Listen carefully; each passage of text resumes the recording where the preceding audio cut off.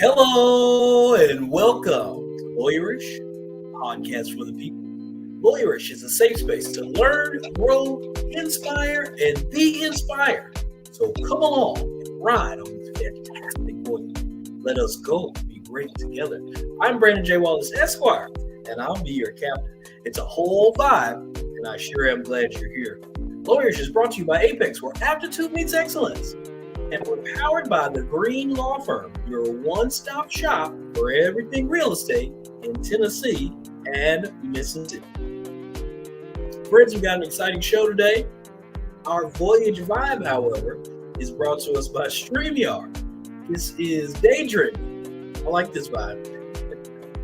We got an exciting show today. It's going to be a little different. I got a lot to talk about, lots of things to tell you. It's going to be an abbreviated show. Don't worry, but buckle in.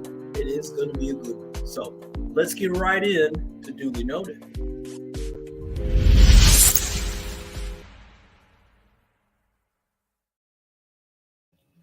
All right, friends, we're back. It's time for Duly Noted. I want to start my Duly Noted off by letting you know that we're going to take a bit of a summer recess. As you know, we do 2 episodes a month, the first Tuesday and the third Tuesday of every month. But July, as you can see, we because of the holiday, we've taken the first Tuesday off. And so this show is airing on the second Tuesday. But this will be the last episode for the month. We will come back on our regularly scheduled program beginning in August. I'm tired, boss. Okay, I'm just tired. I need to take a break. As you all know, my mom is running for school board commissioner here in Memphis, Tennessee, and I have taken a very prominent role in the campaign and working very hard and putting all my energy into making sure she gets elected for the scholars of District 3 and all the kids here in Memphis, Tennessee.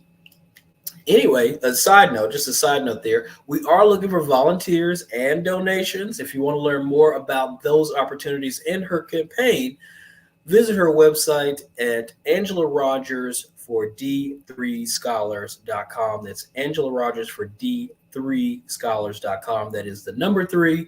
Again, looking for donations and volunteers. So help us out. Let's make some great change for the kids here in Memphis. She's uniquely qualified, and she's got a track record to prove it, to bring people together. And she is focused on early literacy and modernizing our schools with a focus in public safety. So she's the right woman for the job. I believe that. And there's lots of other bonus kids of hers and friends who believe it as well. Join the movement. We look forward to seeing you on the campaign. So with that said, I'm going to be working on that over the next few weeks and months, or few weeks. The election is on August the 1st. Don't forget to vote and tell your friends. Early voting is going to begin here shortly. And so we are putting all of our energy in making sure that she gets elected. And we thank you for your support ahead of time. So with that being said, back to our regularly scheduled program. We're going to take a brief recess over the summer, really over the month of July. I hope you will do the same. I hope you're enjoying this hot weather and you're staying cool and you're enjoying time with friends and family as much as possible. So we'll be doing that and allowing our team to do that as well. And so that's our update in terms of our scheduling update in terms of Lawyerish. I also want to just take a quick moment to recognize one of our friends who has bid us adieu, Ms. Margaret Deloach. She was a producer on the show. You guys got to see some of her great work over the past few months.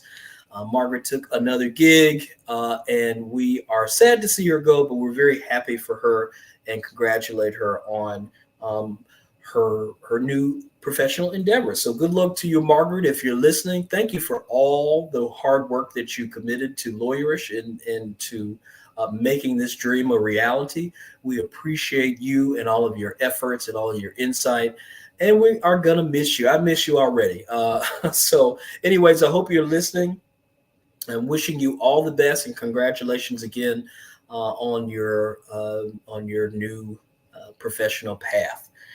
Thanks again. And we're here if you need us. Blessings to you and to yours. So, all right. So thank you, Margaret. So let's get further into duly noted. My next piece of duly noted today, this is the good piece. I want to do some of the good stuff, get that out of the way, because I've got some touchy subjects to touch on a little bit later in this episode and in duly noted altogether. But I'm excited to also reference Mr. Quincy Wilson. He's a 16-year-old out of Bowie, Maryland. This young man is an amazing, amazing young man. He is going to the Olympics. He's the youngest person to go to the Olympics this year in Paris. I'm excited about the Olympics. I hope you are as well. It's an exciting time, both for our nation and for this young man. I always like the Olympics because it brings America together in so many ways. And really, maybe it's just one way, and that is winning. Americans like to win, no matter if you're Democrat, Republican, black, white, brown, or yellow. We like to win. We're competitive, and the Olympics gives us an opportunity to compete on the world stage, and display what we like doing the most, which, of course, you guessed it, is winning. So I wanted to send some love today and some encouragement and some kudos to this young brother. His name is Quincy Wilson, again, out of Bowie, Maryland. He runs the 4x1 and also the 100 yard dash, I believe. And I've just seen him run. I've seen him do some interviews, and I am impressed by this young man. And I want him to know that the Lawyerish team, the Lawyerish family is 100% behind him. We're rooting for you, sir, and we're proud of you. It's an amazing thing to see him run against, these seasoned adults and to compete and to win. This may be the first time you've heard his name, but I guarantee you it will not be the last. This kid's a superstar, and I'm excited to be able to say that and to see it myself. So good luck to you, sir, over in Paris. We're rooting for you. Bring back some medals, and we look forward to seeing what you can do both this year and in the years to come. So kudos to Mr. Quincy Wilson. Mr. Quincy Wilson, bless up and blessings to you. Best wishes over in Paris, and best wishes to all of our competing athletes. Again, we love to win, so let's show them what we're made of, even though this is a very difficult time for our country. Speaking of which, I think I have to talk about now the Biden-Trump debate debacle. Boy, that was tough to watch. I think by now most people have either watched the debate live or watched the replays or caught many of the clips on the social medias. And boy, that was a difficult debate to watch. I must admit, gosh, that was tough. Not only because President Biden was found it difficult to string together a sentence or to make a clear message, but also because the sentences that former President Trump pulled together and strung together, the sentences that he put together were lies. They were all lies, and it was just difficult to sit through that, him lying and President Biden stumbling through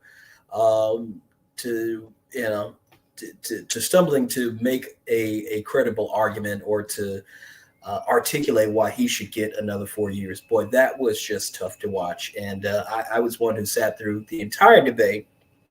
And I had some bones to pick. I have some bones to pick, both for President Biden and for his team, but also for the Democratic Party and the American people. So let's get into it.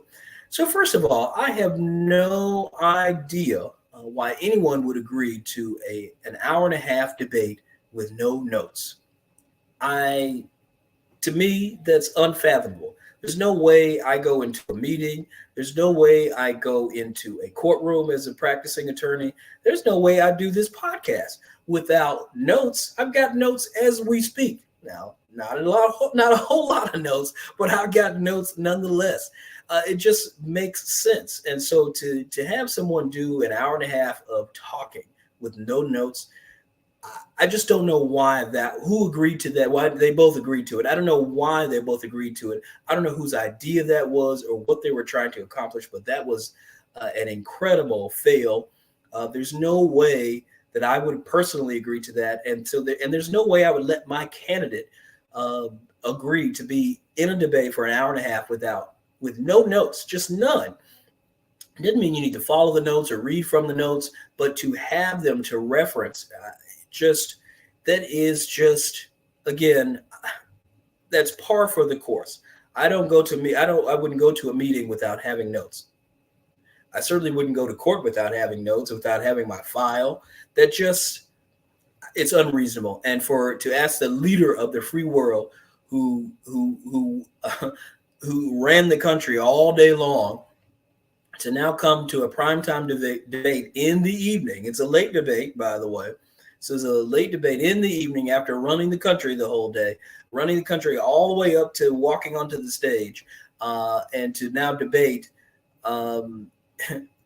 with no notes just seems to me, I can't fathom it. I don't know why that was done. And I think whoever suggested that, whoever allowed it, needs a slap on the wrist, right?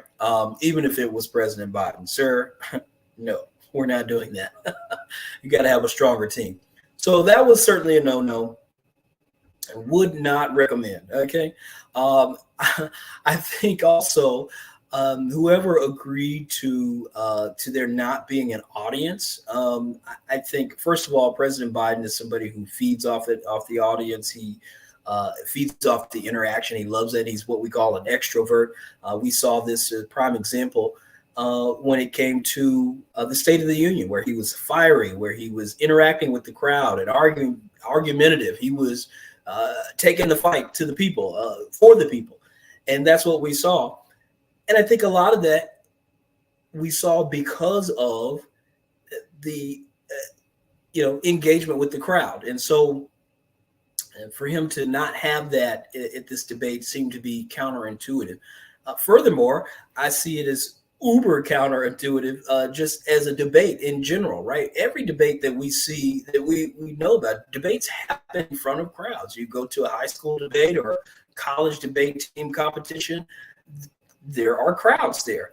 Why, with the stakes being so high, with the audience of millions, would a U.S. presidential debate not be both televised and in front of a crowd? That sort of flies in the face of our tradition and of our values, really, as a nation. That public discourse is important, and it's a part of our democracy. So it just seems to me to be that sort of any kind of presidential debate ought to be in front of an audience, unless, of course, there is some sort of safety or medical concern that requires our attention. That was not the case here, and to me, it just doesn't seem to be. There's no benefit to not having an audience, a live audience, who is asked to be quiet and must be quiet, but should be in the room. Doesn't make sense to me. So I don't know who agreed to that or why, but again, would not recommend. And then finally, with this debate, I would also say one of the other rules that they agreed to is that the moderators would not be the arbiters of truth. They couldn't report on facts. They couldn't say, hey, that's not true. You say that, you said this, and that was not true. You said he did that, and that was not true. You said this, and that was not true. We didn't have anybody calling balls and strikes during the debate. And in part, I think that's part of President Biden's job as the opponent here, able to say, hey, that's not true, and take him to task for his lies, take him, meaning former President Trump, to task over his lies.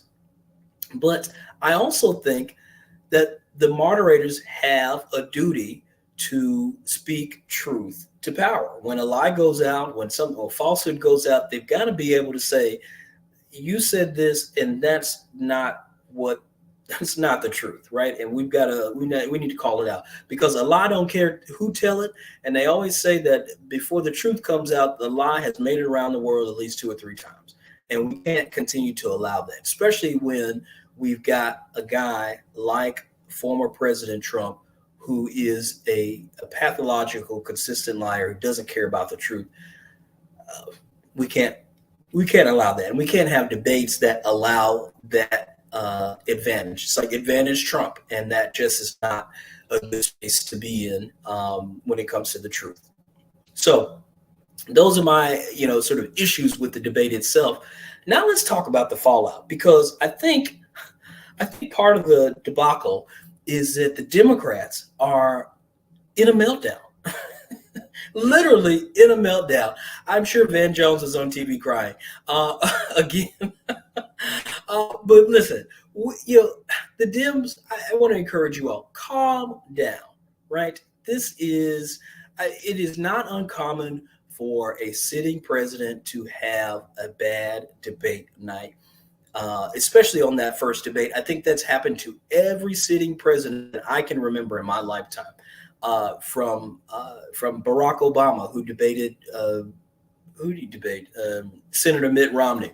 President Obama had a terrible debate night. He just looked so sluggish, and I just remember it. And you know what the Democrats did then? They had a meltdown. Literally, they had a meltdown. And he was lethargic. He being a President Obama, he was lethargic. He wasn't as quick on his feet. I think the same thing happened to George W. Bush when he debated John Kerry the first time. The Dems did not have a meltdown then, of course, because it was a Republican president. But I think that also happened to President George H.W. Bush when he debated Bill Clinton. I don't know if I remember that debate so much. I was just a young lad then. But I'm sure he didn't win that debate either. He didn't win the election. So I imagine he didn't win that first debate. And I don't know if I remember Bill Clinton's first debate either. Was that against Ross Perot?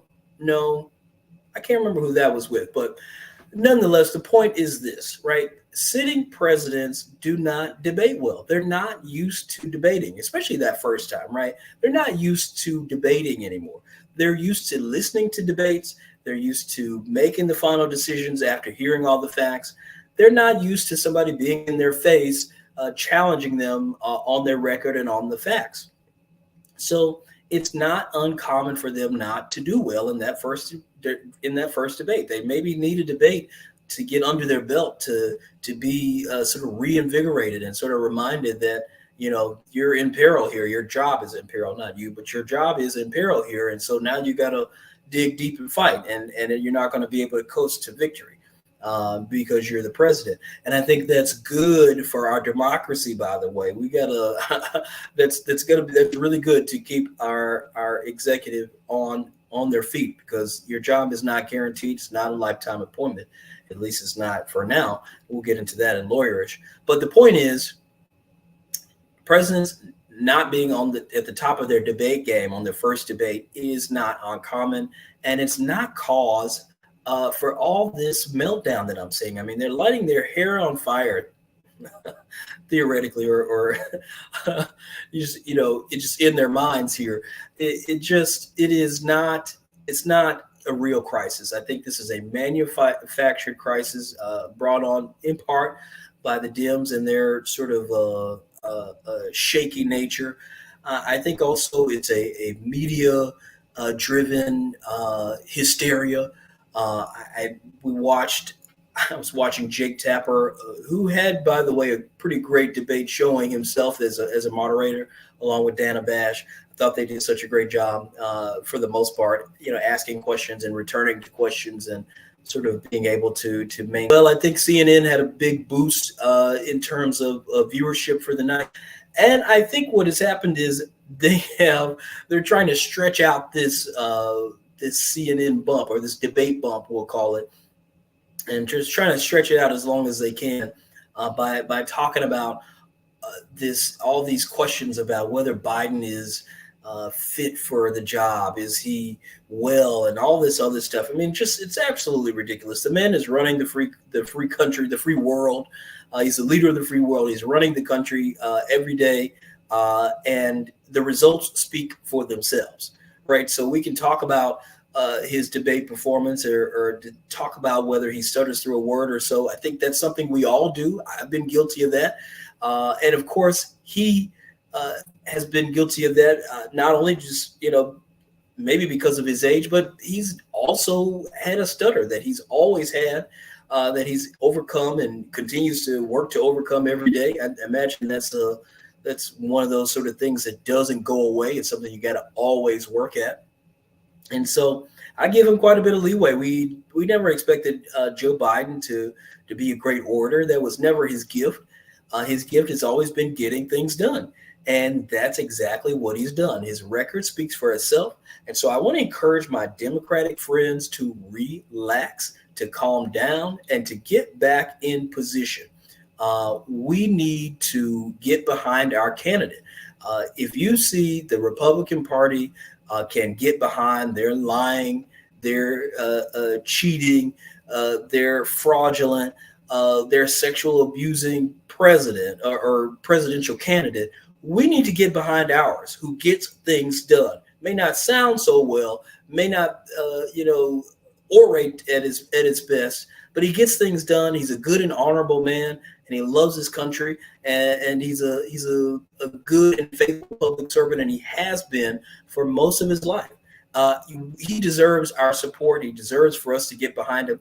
And let me just say, look at your alternative, right? Your alternative is Donald Trump. Okay, the man who lies. I think we're better off with Biden.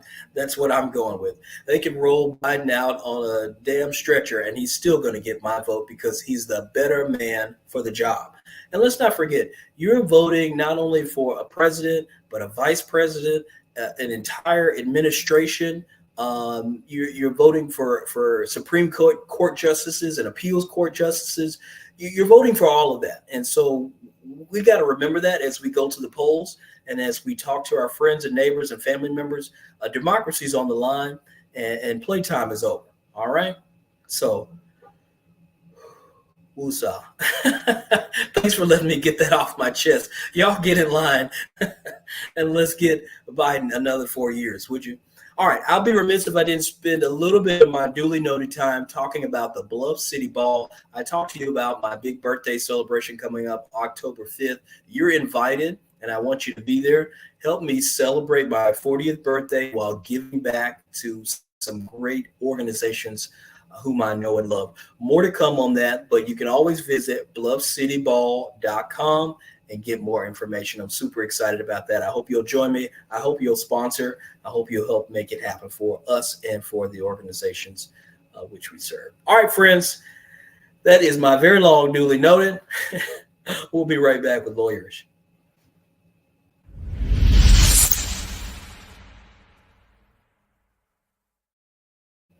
All right, friends, we are back. It's now time for Lawyerish. In our lawyer segment today, I have to talk about the United States Supreme Court. I've decided not to have a guest on today. Maybe later, maybe next episode. We'll probably be back in our regular speed next episode. I'm actually also thinking about taking some time to answer some legal questions. So if you've got some legal questions that you want answered, email us. The email address is lawyerish@apexgroupdc.com. We want to hear from you. I want to take your legal questions. I'm happy to answer them on the show. But today, I have a bone to pick, another bone to pick with the U.S. Supreme Court. So as you all know, Roe versus Wade has been dismantled. It was the law of the land for 50 to 60 years, and it was the right of women to be able to get an abortion wherever you are in the U.S. By a certain point in time, right? And so it's been the case for, as I said, 50 or 60 years. And so the Supreme Court has dismantled that, largely due to the former president, Donald Trump, who appointed 3 justices who stole a seat from President Obama after Ruth Bader Ginsburg passed away. And so he was able to appoint 3 conservative justices to the Supreme Court, and now they have taken away a woman's right to choose. And now what we have in this country is a conglomerate, a smorgasbord, if you will, of abortion laws. Each state has done its own thing, and unfortunately, that has resulted in a little bit of chaos. And we've I've been reading stories about women losing their lives and people fleeing from one state to the other to get this procedure performed to save the life of the mother, or to not have to carry around a, a, a child that is not alive even, or can't make it. And so, boy, it's been really difficult to hear some of these stories, and I don't. All I have to do is hear it. I don't actually have to live it, and so I'm. It's a scary time for our country, and mostly because of this very radical Supreme Court. That if that wasn't enough for you, just recently they released a new court decision that made bribery legal for public officials, as long as they receive the bribe after the official act. It's completely insane. Here's the backstory. There's a former governor.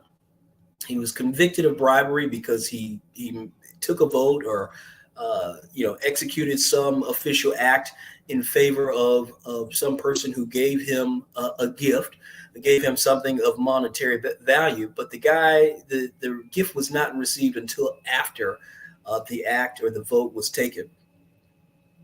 And he was convicted of bribery. The evidence showed that he took that money,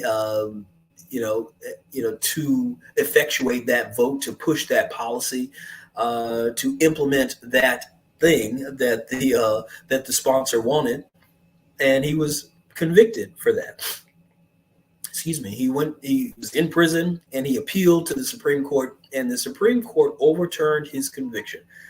That's unprecedented. They overturned his conviction, and they said, no, it was not bribery because he received the monetary value after the official act. And they called that, because it came after the official act, it's a gratuitous gift. And I got to tell you, that's the most absurd thing I thought I would ever hear. There's more. But wait, there's more.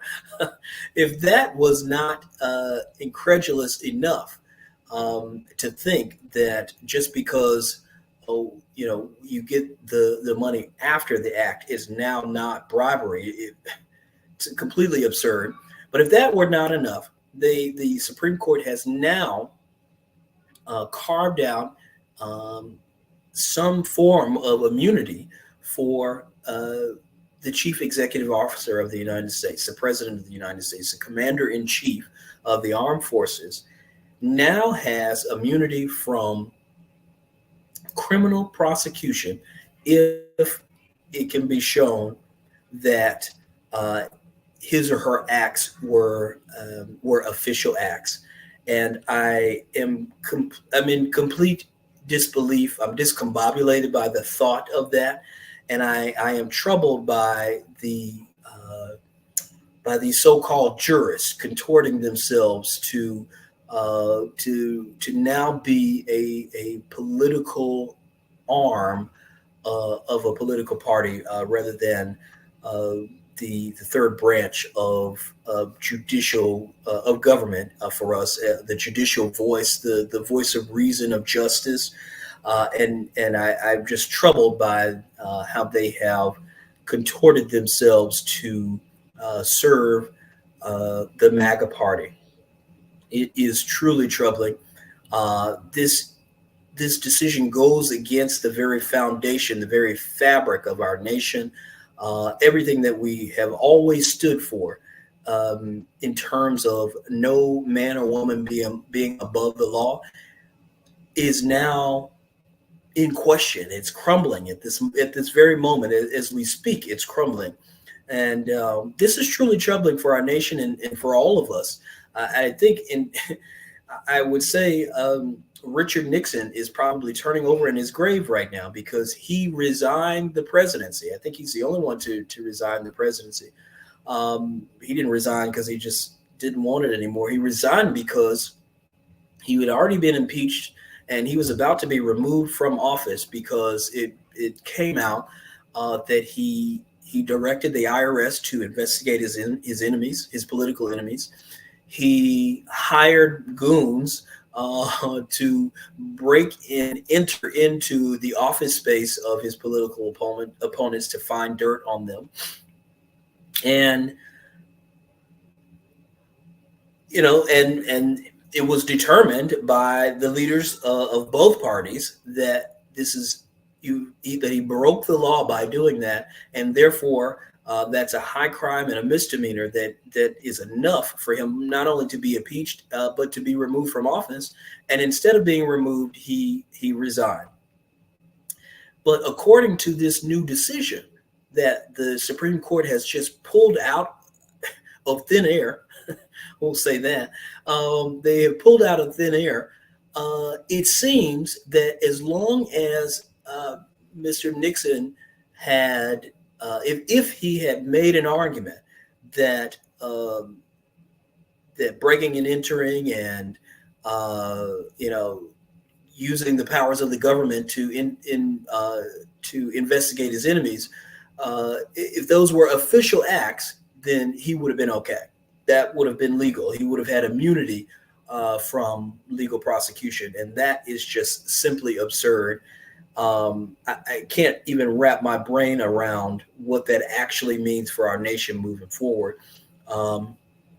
It's in the dissent for this decision. It was ended by saying, with fear for our democracy. And I think I share that fear and that concern, because I don't know where we go from here. If no one is above the law except for the president of the United States, that seems like we now have a monarchy where the king or the queen can do whatever they want, but everybody else is subject to the law. And I think that's the whole reason why the United States was formed in the first place. It's absurd. It's completely absurd. It's scary, and it's troubling. But that's the United States Supreme Court for you. And I think also I'm going to leave you with this one last thought, because I think Democrats have got to get have got to be more. They've got to be stronger in not only just winning and standing on principle, but we've got to be stronger about defending the nation against folks who don't really believe in democracy. We've got to put a stop to this. The MAGA Republicans clearly do not believe in democracy where the people govern themselves. These folks, they want to be in charge, and then they believe in democracy, or what their version of democracy. Their version of democracy is they're in charge, and if they're not in charge, there's not a way that they see them not being in charge. Can you think about the fact that the MAGA Republican Party has never won a popular vote? The Republican Party has not won a popular vote since George W. Bush's second election, and they didn't win the popular vote the first election. I can't remember if he won the popular vote on the second election, but I think he may have. It was a different time then. This was post 9/11. The country was in a different space, more united, and we were at war, and so I think the nation, lined up behind him a little more that second time. But I know the first time he did not win the popular vote, and no Republican has ever won the popular vote since then. And yet they have a lot of power, and I think it's mainly because a lot of us do not vote. So just be mindful of that. And I personally, by the way, I'm not Democrat or Republican. I have to be Democrat. I'm almost forced to be Democrat in this space because the Republican Party, as we know it, does not exist. It is now the MAGA Party, and I won't be associated with that in any way, form, or fashion. All right. I think I'm done with that too. Okay. Just remember, folks, when we go to the polls today, later this year, we're not just voting for a person. We're voting for not even just voting for a party. We're voting for, justices. We're voting for rights. We're voting for freedom. We're voting for justice. One side is for the people, and the other seems to not be. And so, just be mindful of that. I won't tell you who to vote for, but I think you can probably guess which way I'm leaning. Okay. All right. That's it for Lawyerish. We'll be right back.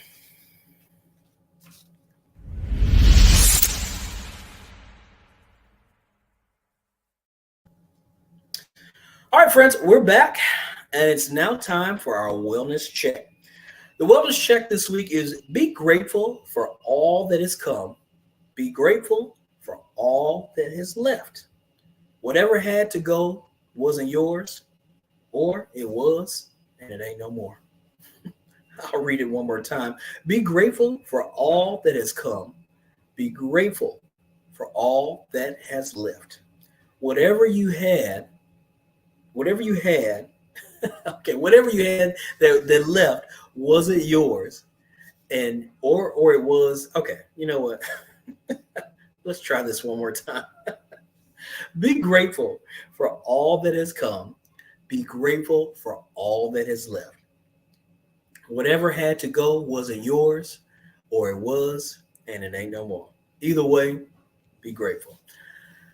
That's your wellness check today, friends. Remember to live life in peace and not pieces. Be well.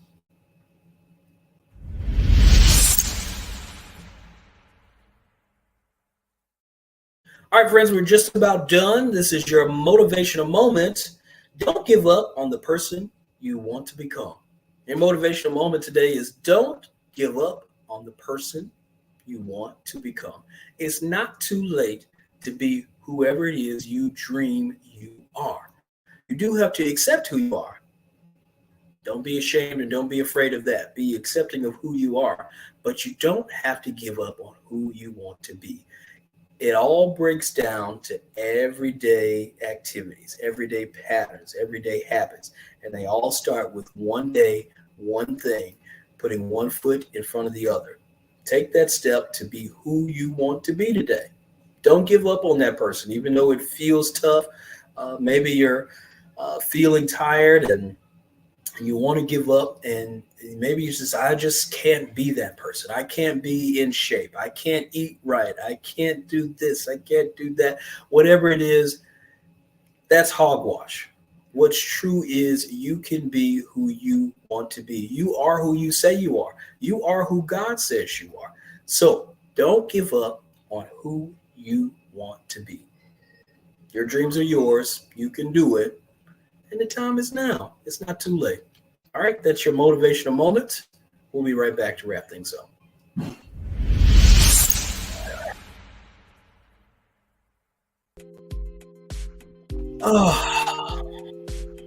Well, friends, we've done it again. Thanks for listening and for watching.